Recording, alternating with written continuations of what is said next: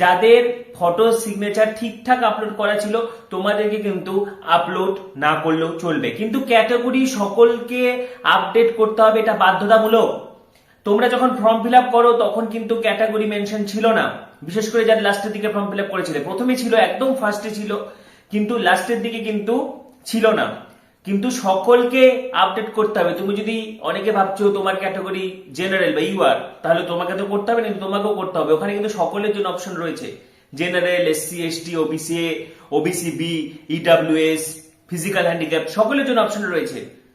এবং সার্টিফিকেট নম্বর ইনপুট করতে হবে, ঠিক আছে। যারা ওবিসি এবং ওবিসি বি ক্যান্ডিডেট তাদের কিন্তু সার্টিফিকেট নম্বর লাগবে না, আদারওয়াইজ সকলেরই সার্টিফিকেট নম্বর লাগবে। এবং এই ক্ষেত্রে অনেকে বলছে যে কতদিন, মানে কোন ডেটের মধ্যে সার্টিফিকেট নাম্বার থাকলে সেটা ভ্যালিড। অবশ্যই 21শে জুলাই, ঠিক আছে, যেটা লাস্ট ডেট ছিল এসএসসি এসএলএসটি ফর্ম ফিল আপের, এক্সটেন্ড করা হয়েছিল লাস্ট ডেট 21শে জুলাই পর্যন্ত। 21শে জুলাইয়ের মধ্যে কিন্তু সার্টিফিকেটের নম্বর থাকতে হবে, সেটা ইডাব্লিউএস, এসসি, এসটি সকলের ক্ষেত্রে। ওবিসিদের ক্ষেত্রে ছাড় দেওয়া হবে, কারণ ওবিসি এবং ওবিসিবি ব্যাপারটা যেহেতু আলাদা, সেখানে হাইকোর্ট, সুপ্রিম কোর্টের অবজারভেশন ছিল, সেক্ষেত্রে তারা কিছুটা ছাড় পাবে।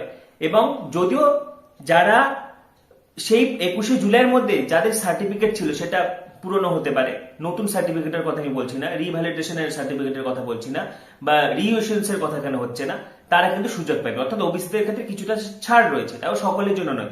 কিন্তু যারা এসসি, এসটি, ইডাব্লিউএস তাদের কিন্তু 21শে জুলাইয়ের মধ্যে যাবতীয় সার্টিফিকেট লাগবে, ঠিক আছে। এবং আজকেও কিন্তু এডিট করা যাচ্ছে, যারা ফটো সিগনেচার এখনো পর্যন্ত এডিট করনি করে নাও বোর্ডের ইনস্ট্রাকশন অনুযায়ী। পাশাপাশি যারা ক্যাটাগরি আপডেট করনি আজকে করে নাও। এবং এরই মাঝে কিন্তু ডাব্লিউবিএসএসসি একাধিক কড়া পদক্ষেপ গ্রহণ করেছে পরীক্ষার জন্য। প্রত্যেকটি জেলার এডিএমদের পরীক্ষা পরিচালনার দায়িত্ব দেওয়া হয়েছে।